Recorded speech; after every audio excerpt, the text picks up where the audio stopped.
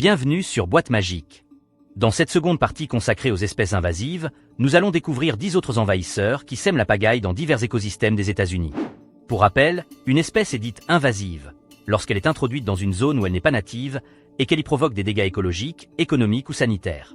Le plus souvent, ces organismes sont amenés de façon involontaire, via des cargaisons, des animaux de compagnie relâchés, des échanges commerciaux, ou dans le cadre de solutions mal anticipées, comme des introductions pour lutter contre un ravageur ou ornementer un jardin.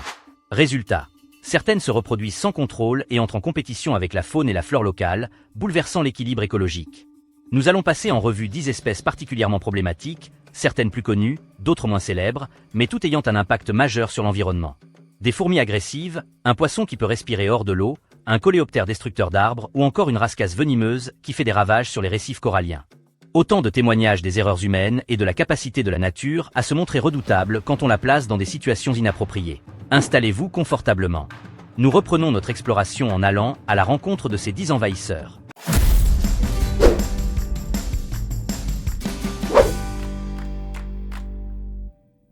Les fourmis de feu importées. Si vous habitez ou voyagez dans le sud-est américain, il y a de fortes chances que vous ayez déjà croisé la route de ces fourmis agressives. Elles ont débarqué dans les années 1930, probablement via des cargaisons en provenance d'Amérique du Sud, au port de Mobile, Alabama. Depuis, elles ont colonisé de vastes territoires. Leur venin est réputé très douloureux. Les fourmis de feu attaquent en essaim, infligeant des piqûres qui provoquent des sensations de brûlure, d'où leur nom de fourmis de feu. Sur le plan écologique, elles éliminent ou déplacent nombre d'espèces de fourmis indigènes, perturbent la nidification d'oiseaux au sol et s'attaquent parfois à des amphibiens ou de petits mammifères. Sur le plan agricole et industriel, elles s'infiltrent dans les systèmes électriques, construisent des monticules imposants qui nuisent à l'agriculture et peuvent endommager du matériel. Des techniques de lutte incluent l'appâtage, avec un mélange d'insecticides et d'aliments attractifs, le traitement chimique local ou encore la recherche de prédateurs spécifiques, mais rien n'a permis une éradication complète. Le poisson-tête de serpent du Nord.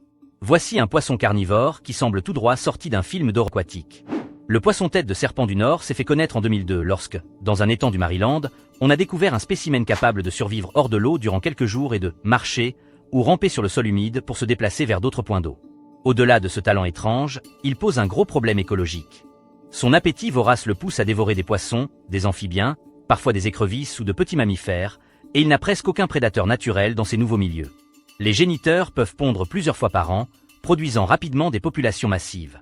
Les autorités invitent tout pêcheur qui l'attrape à le tuer sur le champ et à signaler sa présence, car on craint qu'il ne colonise davantage de fleuves et lacs, menaçant la faune indigène. Ce spécimen illustre bien comment une introduction, souvent liée à l'aquariophilie ou au commerce d'animaux exotiques, peut aboutir à un désastre quand l'animal est relâché ou s'échappe. La grille du frêne. Petit insecte d'accent grave peine 1 cm, la grille du frêne arbore un beau reflet vert métallique, d'où son surnom de scarabée émeraude. Malheureusement, il est l'ennemi numéro 1 des frênes nord-américains. Introduit dans les années 2000, probablement via des caisses de bois ou des palettes, il s'est rapidement propagé, causant la mort de dizaines de millions de frênes. Les larves creusent des galeries sous l'écorce, interrompant la circulation de la sève, ce qui aboutit à la mort de l'arbre en quelques années seulement. Les pertes économiques pour les municipalités, le secteur forestier et l'ornementation urbaine sont immenses. Dans certains États, plus de la moitié des frênes ont déjà disparu. On tente de limiter les déplacements de bois de chauffage, afin de freiner la dispersion de la grille, et on teste des lâchers d'insectes parasitoïdes pour s'attaquer aux larves. Mais la tâche reste titanesque, car le scarabée se déplace relativement vite et la détection arrive parfois trop tard. La mite spongieuse. La mite spongieuse, anciennement appelée teigne spongieuse ou spongimote, connue aussi sous son ancien nom anglais gypsy moth, a débarqué vers 1869 près de Boston, par l'entremise d'un entomologiste voulant croiser ce papillon avec le ver à soie pour la production de soie. Sauf qu'une poignée de spécimens se sont échappés, et depuis, ils ravagent les forêts. Leur particularité, les chenilles sont extrêmement voraces, se nourrissant de plus de 300 espèces d'arbres, particulièrement les chênes, les érables et les bouleaux. Un arbre peut se faire défolier en quelques semaines.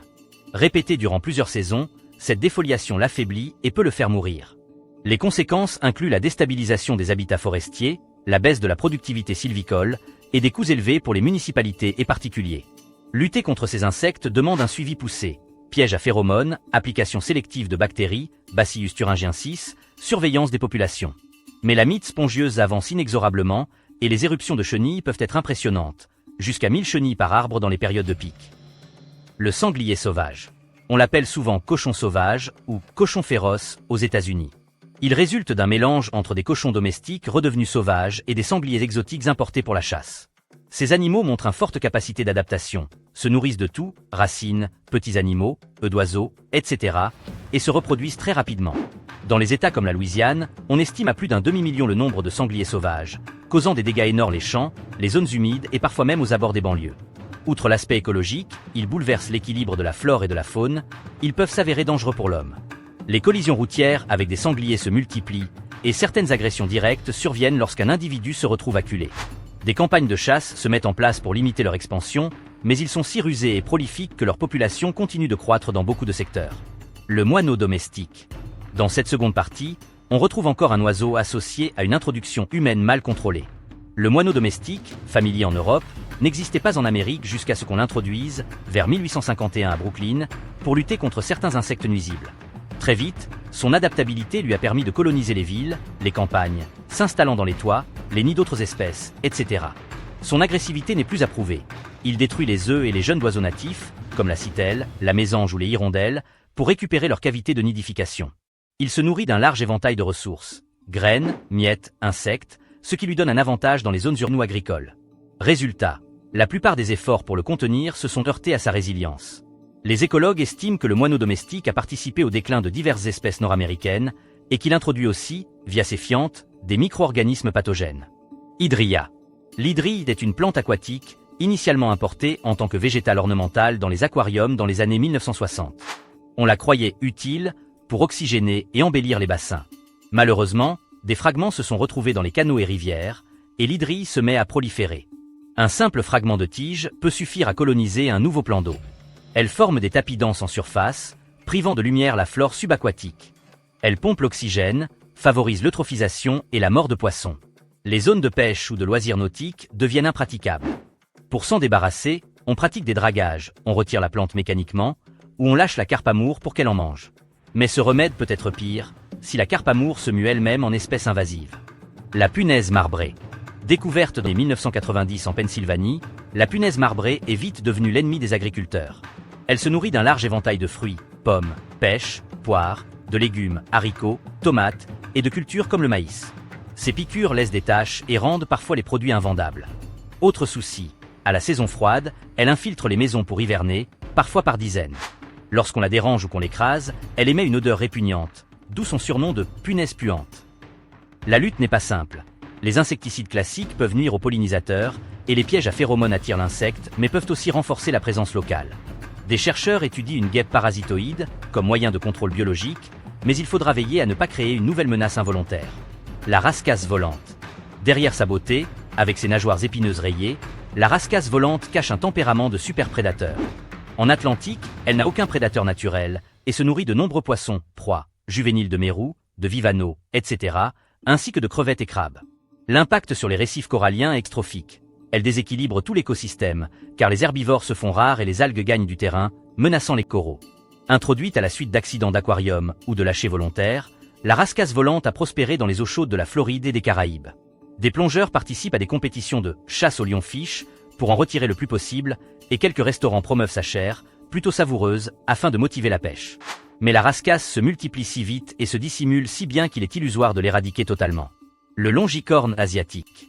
Pour terminer ce tour d'horizon, voici un coléoptère responsable de l'abattage de milliers d'arbres dans les zones urbaines et suburbaines. Arrivé vers la fin des années 1990 dans les palettes de bois venant d'Asie, le longicorne asiatique s'en prend aux feuillus, érables, bouleaux, peupliers, frênes, etc.